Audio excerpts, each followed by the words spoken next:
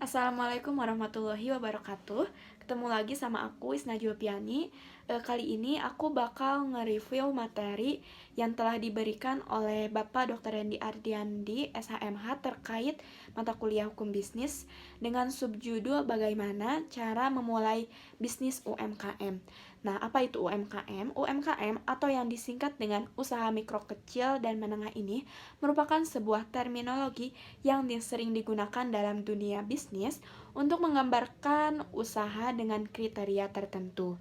Nah, perbedaan karakteristik setiap usaha mikro kecil dan menengah tersebut didasarkan pada dua hal, yaitu yang pertama nilai aset dan yang kedua ada omset.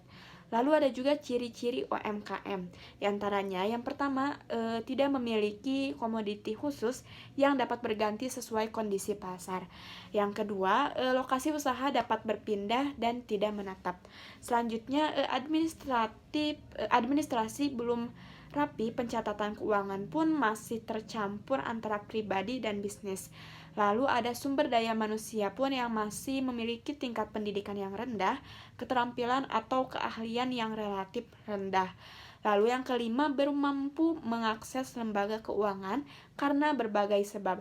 Dan yang terakhir, belum memiliki izin usaha legal atau izin administratif dari pemerintahan. Lalu apa saja sih syarat untuk mendirikan UMKM? Nah, syarat usaha mikro sebenarnya tidak memerlukan izin karena berjualan di depan rumah saja sudah termasuk usaha mikro. Nah, sedangkan usaha kecil dan menengah biasanya harus sudah memenuhi syarat administratif tertentu. Nah, peran usaha mikro kecil dan menengah ini dalam menggerakkan perekonomian bangsa Indonesia ini sangatlah besar dan signifikan dibandingkan dengan usaha-usaha besar. Nah, tiga level usaha tersebut menerapkan lebih dari 90% tenaga kerja di Indonesia. Maka hal ini dapat terjadi karena usaha besar hanya 1% dibandingkan UMKM yang mencapai 99%. Perbandingannya sangat jauh ya. Lalu bagaimana pengembangan UMKM dengan cepat ini di tengah situasi seperti sekarang ini?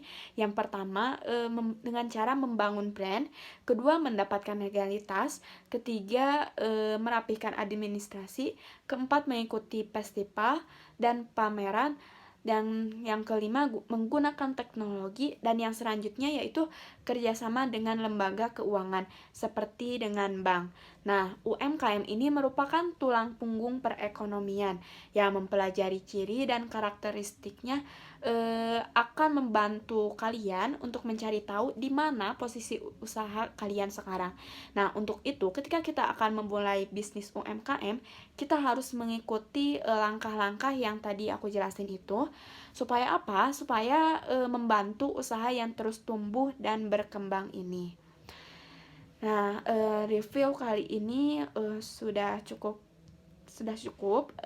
Saya rasa terima kasih bagi yang sudah menonton video ini. Wassalamualaikum warahmatullahi wabarakatuh. Sampai jumpa.